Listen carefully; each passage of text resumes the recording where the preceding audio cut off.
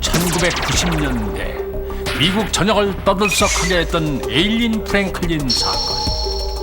29살의 에일린이 20년 전 아버지가 자신의 친구를 강간 후 살해했다고 고소한 이 사건은 1990년 미국 캘리포니아주의 한 지방법원 20년 전 살인 사건에 대한 재판이 열렸습니다. Susan was my best friend growing up. She and I were playing together on the day of the tragedy. When she said she had to go back home, my father, he told her he would give her a ride back home. But where we arrived was not Susan's house. We were somewhere near a reservoir. I was playing in the passenger seat when I heard Susan crying. And I looked back and I saw my father raping her. I wanted to stop him, but I was too frightened to do anything. After a while, Father took Susan to the bottom of a wooded hill and he raised a rock above her head. He was raping her and I wanted to stop him, but 당시 미국 사회를 충격에 빠뜨린 에일린 프랭클린 사건. 딸이 아버지를 1990년 미국. 에일린은 아버지를 20년 전 살인 사건의 범인으로 지목했다. 그런데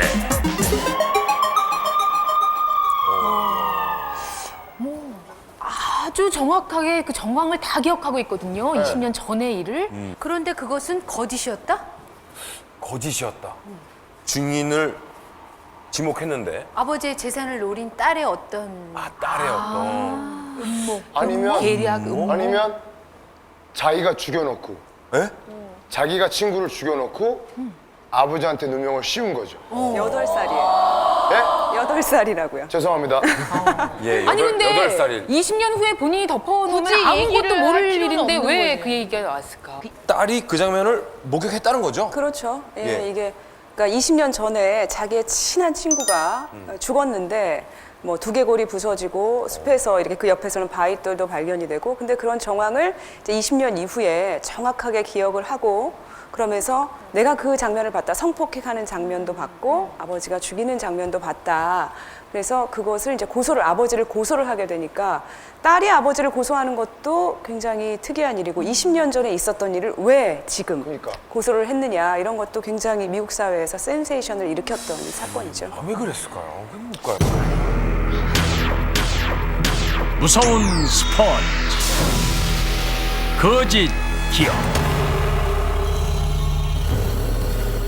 2003년 미국의 심리학자 로프터스 교수는 거짓 기억에 관한 흥미로운 실험 논문을 발표합니다. 실험 방법은 다음과 같았습니다.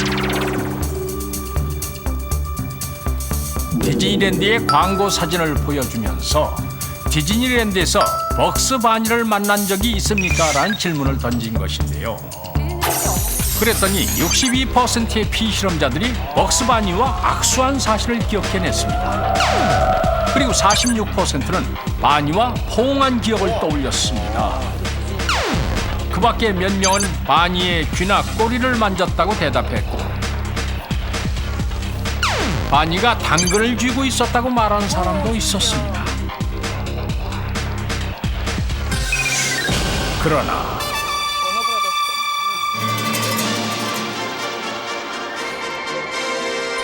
벅스 바니는 워너 브라더스의 만화 캐릭터입니다. 워너 브라더스는 디즈니의 경쟁사로 디즈니랜드에서 벅스 바니는 절대 만날 수가 없는 것입니다. 물론 그 광고 사진은 가짜였고 그 사진으로 비롯한 피실험자들의 기억 역시 거짓 기억이었습니다. 우리가 경험하지 않았던 사실들을 마치 경험했던 사실인 것처럼 기억하는 그런 경우도 있습니다.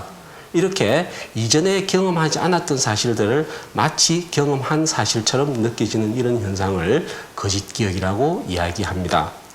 그 대표적인 예가 1990년에 있었던 에일린 프랭클린 립스크 사건에 관한 이야기입니다. 20년 전 살인 사건을 둘러싼 딸과 아버지의 진실 공방. My father lifting a rock over Susan's head. 그런데 어떻게 20년 전 사건에 대한 기억이 갑자기 생각날 수 있었던 것일까? I can't say for certain, but my daughter was drawing a picture, and she looked at me, and then Susan's sorrowful face just appeared, and I totally remembered everything. This is absurd! I caution the defense. Please take your seat. Prosecution. 그럼 왜 20년 전엔 말하지 못했던 것일까요? Why did you not speak out on the night of the events? My father told me that if I told anyone, that he would have no choice but to kill me.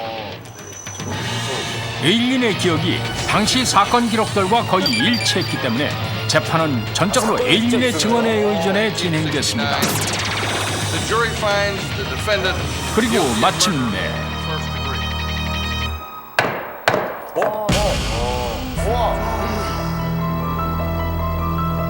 에일린의 아버지 조지 프랭클린은 살인에 대한 최고형인 종신형을 선고받습니다. 그러나 6년 후 solemnly swear to tell the truth, the whole 사건은 truth, 새로운 국면에 접어들게 so 됩니다. help you God? 에일린의 언니 제니스의 새로운 증언이 실마리가 됐던 것입니다. Can you tell us the events that occurred? I really cannot believe my sister's testimony. When she regained her memory of my father, my sister was having hypnotic treatment. Your Honor, members of the jury, we all know that statements given under hypnosis are not credible. Therefore, if Eileen's statements were given under hypnosis, it could not be used in this court. 그리고 또 한 명의 증인, 심리학자 로프터스 교수의 놀라운 증언이 이어졌습니다. Eileen's memories are not real. Her testimony is based on facts she read in the newspaper, and she thinks she saw that with her own eyes. 보도된 내용 중에 명백한 오보가 있었음에도 불구하고 에일린은 언론의 보도대로 진술을 했습니다. 언론을 통해 알게 된 내용을 최면 치료를 받으면서 자신이 겪은 것으로 믿게 된 것입니다.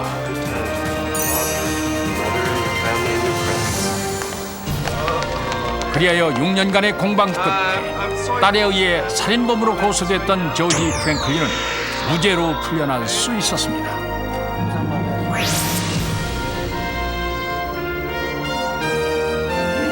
우리가 기억을 할 때에는 있는 사실들 하나하나를 개별적으로 기억하는 것이 아니라 비슷한 사실들을 묶어서 기억하는 이런 전략을 사용하게 됩니다. 그렇기 때문에 우리가 특정한 사실에 대한 기억을 하려고 하면은 그 특정한 사실의 구체적인 내용보다는 일반적이고 의미적인 내용으로 기억을 하게 되지요. 그렇기 때문에 실제 일어났던 사실과는 상당히 일치하지 않는 그런 기억을 하는 경우들이 발생하게 됩니다. 그리고 로프터스 교수의 거짓 기억에 관한 또 다른 실험. 실험 방법은 이렇습니다. 피실험자의 실제 사진을 합성하여 보여준 후 열기구를 탄 경험이 있는지 질문을 하는 것인데요. 물론 피실험자는 열기구를 탄 경험이 없었습니다. 그런데 실험 결과는 놀라웠습니다. 절반이 넘는 피실험자들이 열기구를 탔던 기억이 난다고 말한 것입니다. 심지어 어떤 피실험자는 열기구를 탔던 시기와 그때의 상황까지 구체적으로 말했습니다. 조작된 사진 한 장으로도 얼마든지 변할 수 있는 우리의 기억.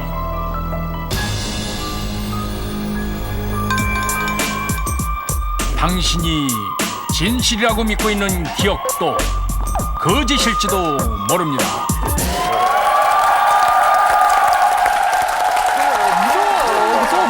스파이 그러니까. 영화나 무슨 아. 첩보 작전 할 때 네. 누구 세뇌시켜가지고 정말 그랬던 사람처럼 한 다음에 뭐 투입하는 경우도 있고 그렇잖아요. 근데 이렇게 사진 조작으로도 기억을 바꿀 수 있다는 게 정말 놀랐습니다. 이것은 그러니까 거짓말을 하는 것과는 분명히 다르게 거짓 기억을 한다는 건데요. 사람의 기억은 비디오가 아닙니다. 그래서 있는 그대로를 기억하는 게 아니고 적당한 왜곡과 변형이 일어나고 재구축됩니다. 그런데 기억은 이제 기존의 지식에서도 영향을 받지만 새로운 지식, 신뢰할 수 있는 그 정보가 들어오면 그것에 따라서도 얼마든지 변형, 왜곡되고 또 이제 기억이 새롭게 재구축이 되는 편집되는 거예요. 거군요, 그러니까. 예, 이 저희가 안에. 검색할 때마다 그렇습니다. 질문 방식에 의해서도 그렇고 예를 들면 기억의 획득가 이제 좋은 예는 그 살인 현장이라는 데서 그 목격자의 증언이 있습니다. 근데 목격자들이 보면 대개 그 흉기 주목 효과라고 하는데 흉기에만 주목을 해요. 그러다 보면은 나중에 가서 인상착의를 물어보면은 잘 몰라요. 그래서 그 사람들이 제대로 된 범인을 잘 찍지 못할 가능성이 많습니다. 그래서 목격자의 증언을 잘 안 믿습니다. 지금 미국 사회에서는. 이 거짓 기억은 누구에게나 일어날 수 있는 건가요? 있다고 봅니다. 그건 지금 있을 수도 있고요. 그건 뭐냐면 뭐 구체적인 증거라든지 신뢰할 수 있는 사람들, 가령 부모님들이 뭐 농담으로 해도 너 옛날에 미국에서 산 적이 있다 하면서 뭐 사진을 보여주고 그런다고 그러면은 재구축됩니다. 근데 이제 그게 시간이 필요해요. 저 실험 같은 경우에도 처음에 바로 심어지는 게 아니라 그 사람들이 그걸 갖고 자꾸 곰곰이 생각하면서 그럴듯하게 생각되면서 이 기억 전체가 하나로 재구축되는 거죠. 그러니까 누구에나 가능하고 지금 거짓 기억을 갖고 있는 분도 있을 거예요. 이제 이런 일 때문에 미국에서 무려 11년 동안 징역을 산 사례도 실제로 있었어요. 여대생이 새벽에 강간을 당했는데, 그러니까 성폭행을 당했는데 그 성폭행을 당하면서 이 사람을 얼굴을 기억해야겠다 약간 희미한 상태에서 계속 생각을 한 거예요. 그래서 성폭행을 당한 다음에 경찰에 신고를 했죠. 그래서 경찰에 신고를 해서 내가 기억한 사람이 이거라고 기억을 해서 이제 몽타주를 작성을 하고 몽타주를 작성해서 있으니까 용의자가 좁혀지잖아요. 네. 그래서 이제 그 중에 한 사람을 이제 몇 명이 이게 누구냐 그랬더니 한 사람을 지목을 하는데 너무 확실하게 지목을 이 사람이 확실하다. 맞다. 네. 그래서 그 사람은 극구 부인을 하는데 맞다 그래서 이 사람이 진짜 종신형을 받아요. 그래서 종신형을 받아서 11년을 사는데 감옥에 사는 동안에 그 감옥에 있던 또 다른 죄수가 저 사람 나 때문에 살고 있다. 내가 저지른 죄인데. 그렇게 얘기를 하는 거예요.